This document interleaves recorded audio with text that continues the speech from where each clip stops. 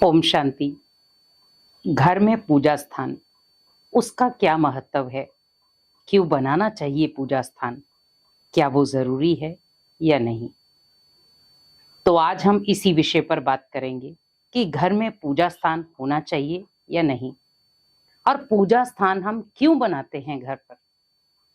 क्या ऐसी चीजें होती हैं जिससे हमें पूजा घर बनाना भी चाहिए, और जिससे क्या चीजें हमारे घर में बदलती हैं जिससे पूजा स्थान ही उन चीजों से हमारी रक्षा करता है। बहुत सारे लोग सोचते हैं ना भी बनाए तो चलेगा, हम मंदिर तो जाते ही हैं, हम जिसको मानते हैं वहां तो जाते ही हैं, घर में बनाने की जरूरत नहीं है। अब आप ये सोचिए, घर में आपके कोई भी ऐसा माहौल होता है या घर में जब कोई परिस्थिति आती है तो आप एकदम से जिस भी आध्यात्मिक स्थान को आप मानते हैं वहां तो जा नहीं सकते। उस समय आप डायरेक्ट अपने घर में जो पूजा स्थान है वहां पर बैठ सकते हैं, और बड़े प्यार से आप अपनी बुद्धि को स्टेबल करके उस पूजा स्थान में रखे हुए भगवान को, जिनको भी आप मानते हैं, बड़े प्यार से अपने मन की बात उनसे कर सकते हैं। अगर आपने घर में पूजा स्थान बनाया ही नहीं तो आप ये सोचिए कि हमारे घर में नेगेटिविटी कितनी होती। अगर घर में पूजा स्थान है तो हमारे मन में एक पॉजिटिविटी रहती है कि हमें अपने पूजा स्थान को साफ करना है, वहां दीपक जलाना है, या जो भी आप नित्य नियम करते हैं। बहुत सारे लोग नहीं भी करते और बहुत सारे लोग बहुत श्रद्धा से करते हैं। वो घर में भी पूरी तरह से पूजा स्थान को क्लीन करेंगे, उनके बर्तनों को क्लीन करेंगे, और वहां पर धूप अगरबत्ती जो भी लगानी होती वो लगाते हैं, और जहां पर उन्हें धार्मिक स्थान में जाना है वहां भी जाते हैं।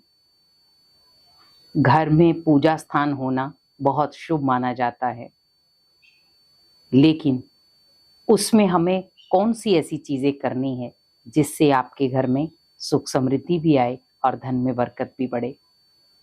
क्योंकि घर में पूजा स्थान का होना ही बरकत है, लेकिन उसका सही उपयोग और सही तरीके से उसको रखा जाए वो भी सबसे ज्यादा जरूरी है।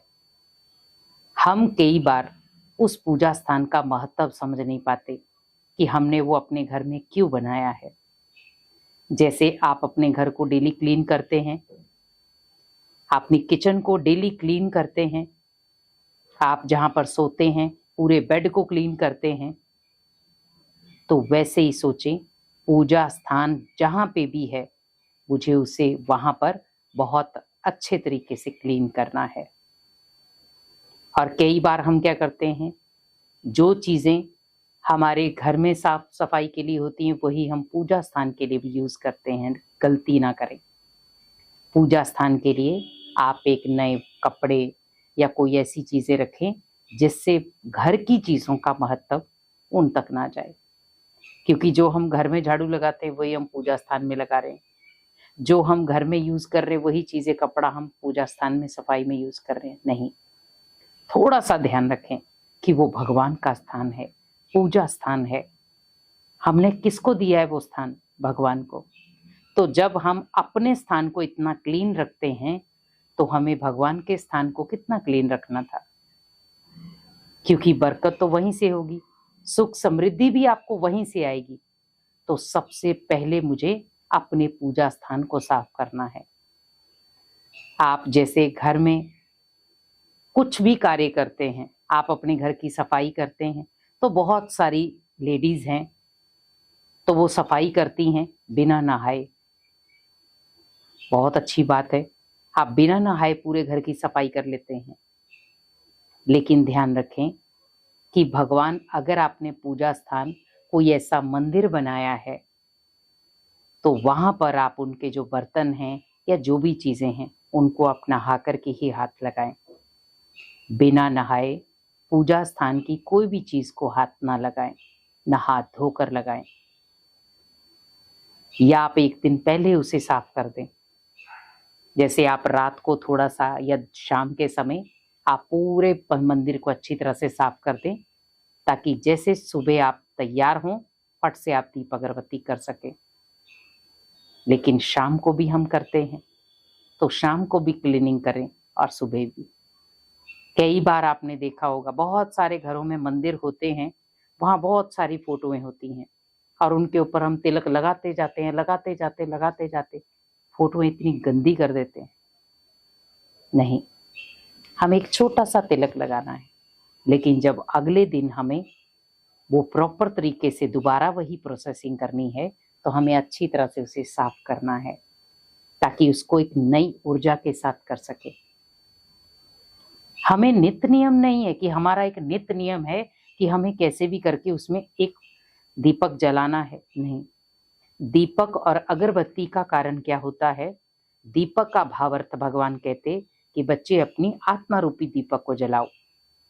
हम घर में जला रहे हैं, बहुत अच्छी बात है, क्योंकि उसकी जो एक सकारात्मक ऊर्जा है वो बहुत अच्छी क्रिएट होती है।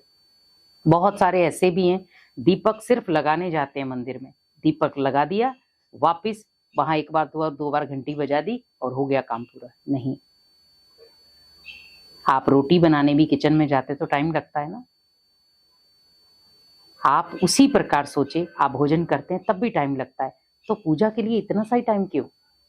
वहां पर आराम से कुर्सी रखें, बड़े प्यार से दीपक जलाएं, बड़े प्यार से भगवान की याद में बैठे कि जैसे इस दीपक की रोशनी इस मंदिर को रोशन कर रही है, वैसे इस दीपक की रोशनी अब मेरे पूरे परिवार में सुख समृद्धि लाएगी और मेरे पूरे परिवार को रोशन करेगी, खुशियां लाई, खुशहाली लाएगी।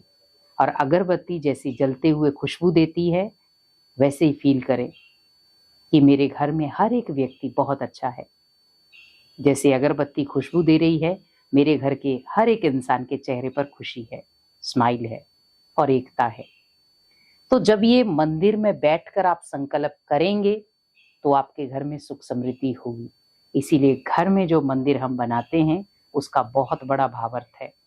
उसे शुद्ध बनाएं, प्योर बनाएं और विधि पूर्वक वहां पर आप बैठकर मेडिटेशन करें तो आपके घर का माहौल खुद ब खुद बदल जाएगा। ओम शांति।